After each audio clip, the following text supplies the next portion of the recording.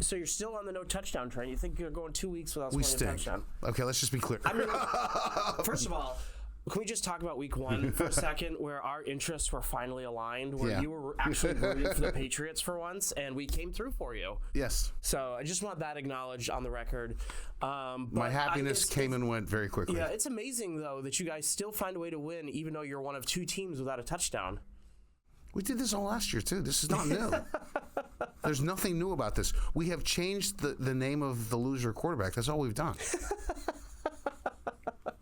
Yeah. Last year, if the defense didn't score, we wouldn't win. Yeah. I mean, I'm in the same boat. If our defense doesn't play well, then we're not winning We're not winning games. And the offense is going to run through Ramondre Stevenson, and that's about all we have hope for, because our offensive line played as bad as well as they could play on Sunday, and it still was a little shaky. Yeah. But anyways, I think we should probably talk about things other than football. Okay. So I'll do the introduction. Do the introduction.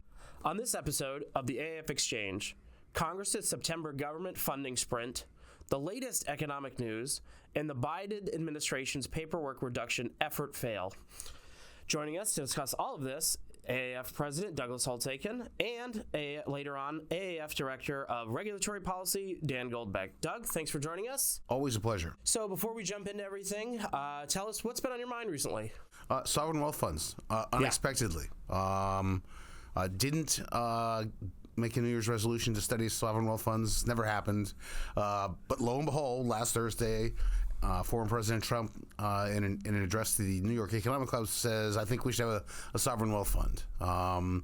And then the next day, the Biden administration reveals that we've been working on one, honest, which sort of felt silly to me. But at the same time, it frustrates me to no end, because there are countries that have sovereign wealth funds, large capital accumulation controlled by the sovereign for purposes. Mm-hmm. What purposes might they be? What did Trump mention? What did the Biden administration mention? Well, Trump says infrastructure, innovative new therapies, great new developments. Well, we have infrastructure bills, we have the National Institutes of Health, we have DARPA, we've got all that stuff. The Biden administration says, well, we can influence important allies and stuff. Well, we have the International Development Finance Corporation, which was designed in 2018 to do just exactly that, to counter China's influence around the globe. So there is no reason for us to have a sovereign wealth fund. Mm-hmm. All it would do is take money out of the normal process, and thus the oversight of and the control by Congress. These guys just want to have a piggy bank to play with. No. Yeah. No. And, there's more. Yeah. I mean, it really does seem like it's just a way to get around, for lack of a better word, parental oversight over the trust fund. That to me, that's what it sounds like. It's, I just want to go out and use the black credit card and not have to worry about, somebody telling me, oh, you got to stop spending this, and you can't spend it on this, but you can spend it on this, and things like that. The normal appropriations process. And then there's how do you get a sovereign wealth fund? Well, they would have to levy some taxes and not spend the money. Okay, that doesn't happen. You and I both know this, not happening. But that tells you where the real wealth is. It's in the U.S. economy. Our sovereign wealth fund is the largest, strongest economy on the globe. Let's take care of that, and we'll have the resources to do whatever we need. Yeah, that seems like that's it. Yeah, just keep growing our GDP, keep putting, continuing to accelerate, like you said, the greatest economy on out there, and continuing to make it not harder for people to do business in the U.S. And that's how you get more of that revenue, rather than creating this fund that nobody was ever going to contribute to unless you levy a tax. Yeah. So I hope the discussion on sovereign wealth funds is over. Yeah. I fear it's not. Yeah. But do you think it's just one of those, silly campaign things that, we get I don't know. Maybe they went to the same seance. I have no idea where these people get these ideas. I mean, it's not a good idea. Yeah. But nothing spreads like a bad idea.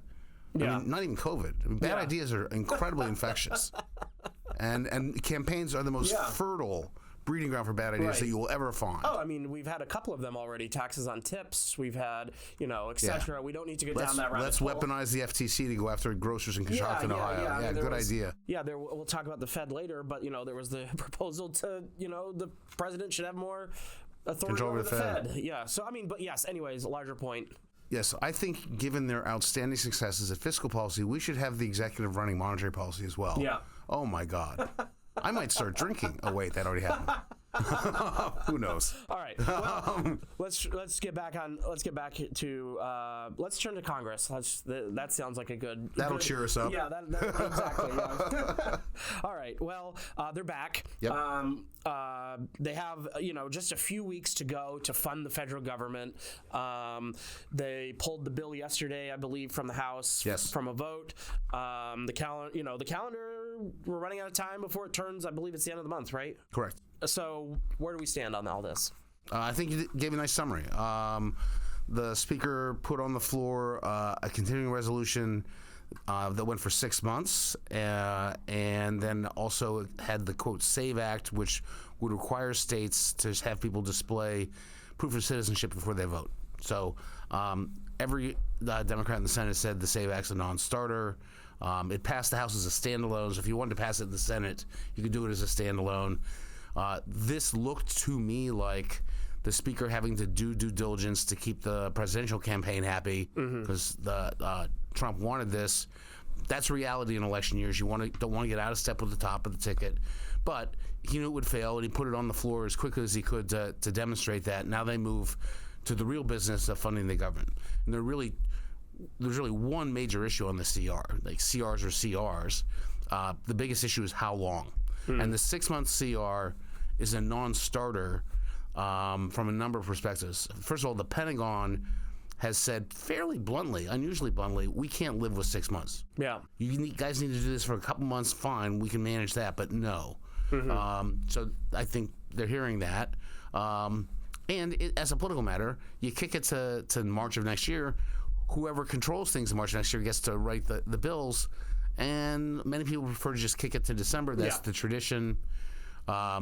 A member of our board, Ken Keyes, a good friend for a long, long time, said his forecast has always been December 13th because that's the last Friday before the Friday before Christmas, and that's when they always do the CR. So here we go. I mean, we've seen this playbook 100 times over and over. I think we've talked about it many times. They're going to go right up to the deadline. Hopefully they'll get some sort of a deal done. It'll go to December 13th. There are zero people saying it would be a good idea to close the government in an election year. Zero. Yeah. So be clear, this is all preliminary skirmishing. Yeah. They want to get this done.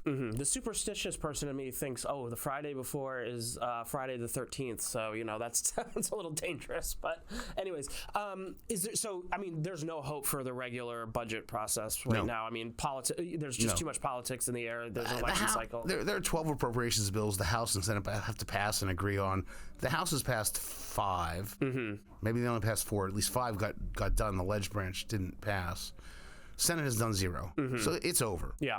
I mean, everyone, because, also they're up against, not just the September 30, end of the month deadline. They got to go home and run for most of them, all the House has got to run for re-election, and a third of the Senate's got to go home and run for re-election. So, that also changes the calendar a little bit. There has to be some deadline that matters to Congress. Usually it's September 30th. In this case, it might be the next town hall because they really do need to be home campaigning. Yeah. So I expect this to get resolved in relatively short order because everyone agrees it needs to. Yeah. What about those other items that we call must-do items? What else is out there? Well, there are pieces of the Farm Bill where the authorization is going to expire. That sort of across the board, the CR will probably have to carry some short-term extensions of authorizations because they haven't gotten around to reauthorizing important programs.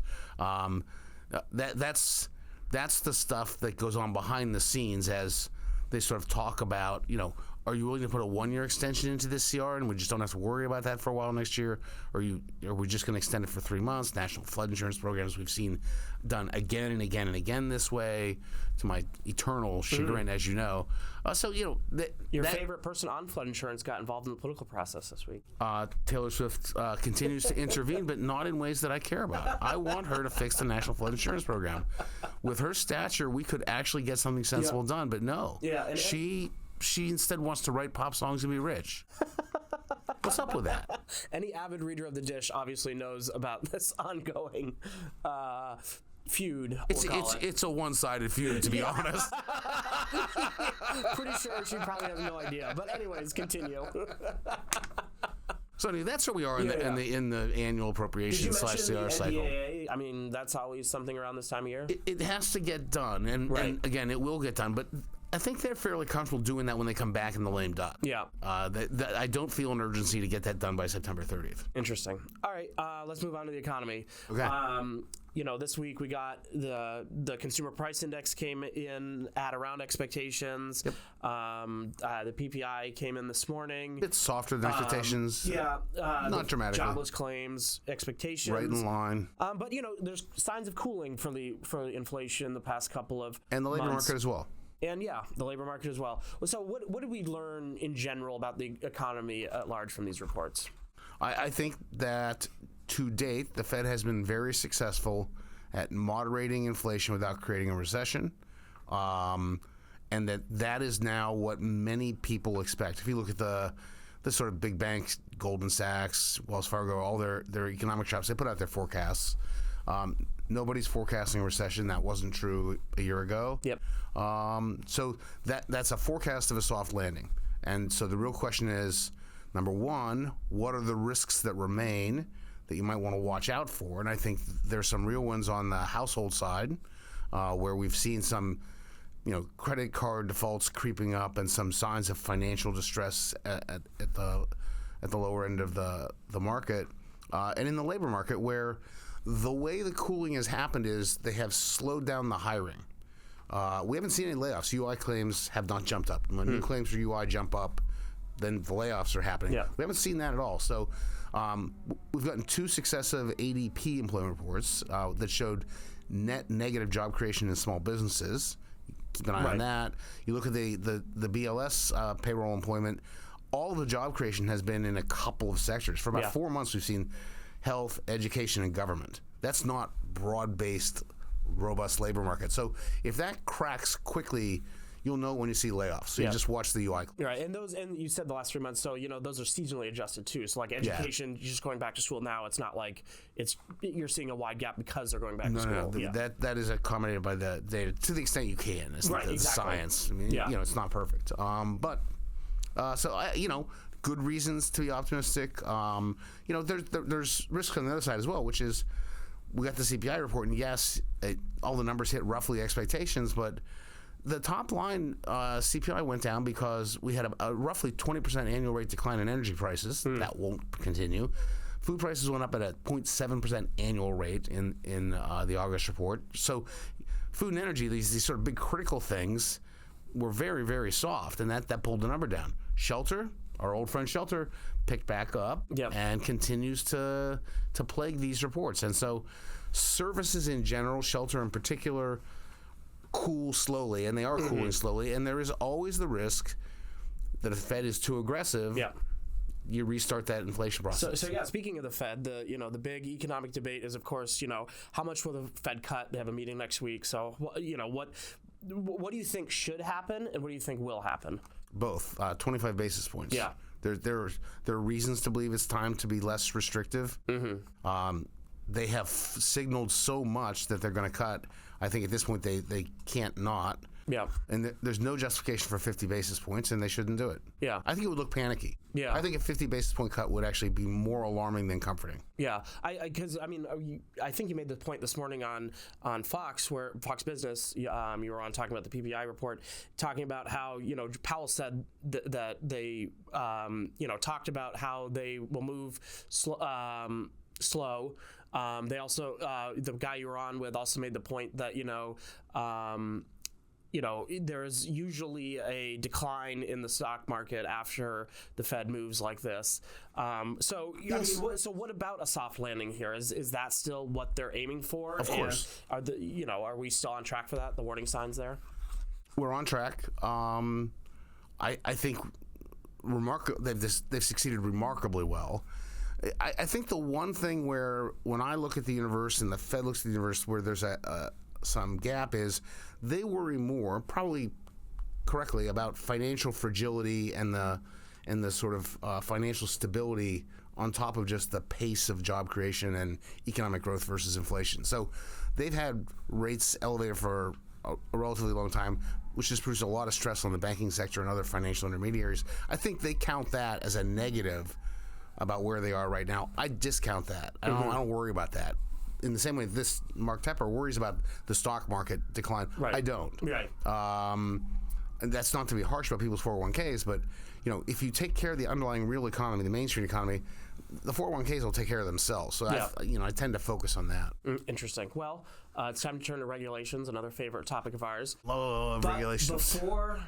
So we're gonna. You know what the new regulation is? You have to give me the answer to the trivia question. Yeah, I was gonna say, Dan. We're gonna bring Dan Goldbeck into that. Good. But before I let you go, it's time for your favorite time, which is also. You think I would learn to study for this, but I don't. Well, you could. It's from this morning's dish. Okay. So didn't read that. I mean, I wrote my section. It's the rest of it. Yeah. So it's a regulation that came through. The full elimination of de minimis, a U.S. trade rule that allows imports valued below $800 to enter into the United States free from tariffs and added fees, will result in between what annual costs that would be passed on to consumers. It's a range, so if you get somewhere in that range, I'll give it to you.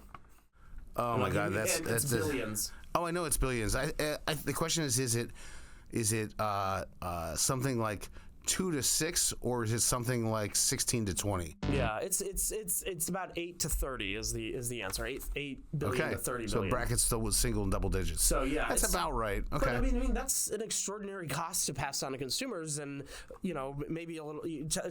So think about this. I mean, this is why I don't understand why people are after this. It also means that you, in principle, are now going to collect tariffs on the de minimis amounts. Yeah. You know how costly it is to administer that? I was going to say, like it's just not worth it. There's a point at which you say no. Right. I mean, it's got to be like such I mean, is it really worth it on the margins here to really go and pick that up? Because I mean, net you're going to be spending as much money as you're bringing in. So this is yet another example of trying to move government policy into the 21st century. Given that you can now buy from China, let's take the obvious culprit, online, I could order something from a Chinese firm, have it over the internet, have it delivered to me directly, and it would avoid being put in a bulk shipment that would be subject to tariffs because the value would be real high. I would just have mine. Mm-hmm. So what they're trying to do is catch massive influxes that happen in small increments direct to consumer. Okay, I understand that, but let's be realistic about how you go about doing it. Right. So this probably won't work. Well, Jacob Jensen has a great research paper. It has great research on that. That number comes from his research paper. So if you are interested, people should go read it. Yep. Anyways, Doug, thanks for joining us. My pleasure. Good luck to your Steelers this week. Hopefully, I can't say good luck to Beth's Seahawks this week, but I was going to say bad luck to the Patriots this week. I have to live with Beth, so I just work for you. So may the Seahawks win. Well, thank you, Doug. Thanks. All right, let's turn to Dan Goldbeck, our Director of Regulatory Policy, to talk to us about regulations. Dan, welcome. Welcome back. Hey, thanks for having me. So you have to be in a good mood before we jump into things. 49ers look like they haven't lost a step. Yeah, it's defense is looking a lot better too this year. Well, they helped me win my fantasy league, so I was smart enough to pay attention when they pulled CMC to go and grab Mason there on the waiver wire, and we avoided a week one disaster. Can't wait to see what the team looks like at full strength now too. Yeah, so that should be fun. Anyways, let's talk about regulations, what people actually probably want to hear us talk about. Sure. The Biden administration has released its latest report on its efforts to cut regulatory paperwork burdens. Just generally, what did we learn from that report? So a couple months ago, the Biden administration had this burden reduction report. It's the second that it's had so far, and it's focused primarily on addressing sort of administrative burdens and red tape in these public benefit programs, so things like healthcare, Social Security, that sort of thing. And they were able to find about 34.5 million hours of reductions over the course of this past year, which is not nothing, but then just this past week, I saw in my sort of daily tracking of the overall government-wide paperwork burden, it reached its highest level ever at 12.1 billion with a B hours of paperwork across the board. Wow. Each year. So, you take it basically from the previous report, there's been about 1.6 billion hours added to this total since the prior burden reduction report.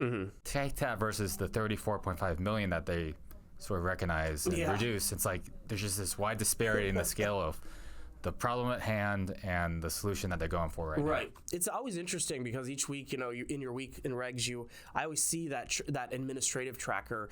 I always focus on costs because I think that's the number that your eyes go to first. But is his numbers extraordinarily higher than the Trump and than President Trump's administration and President Obama's administration on the paperwork side, like it is on the cost side? So in terms of the paperwork attached to specific regulations, he's definitely ahead so far, but it's not as wide of a disparity as on the cost side. And the thing with this paperwork situation is that a lot of this is already existing paperwork requirements from past administrations that just continue to be on the books, and no one seems to be checking to see if they're even worthwhile, if they should be adjusted in some way, that sort of thing. Interesting. Okay, so so that report in this report is supposed to help sort of figure that out a little bit more. A little bit, yeah. It's a very focused approach, and obviously it's not really addressing the overall scale. Right. So yeah, given that red tape, problem that has grown over the years and probably will continue to grow as we add more and more regulations as the administrations go on. How do you think we should address all this? So part of the program that I point out in the paper here is essentially an idea that we've kind of bandied about over the past few years here in AAF called a paperwork budget.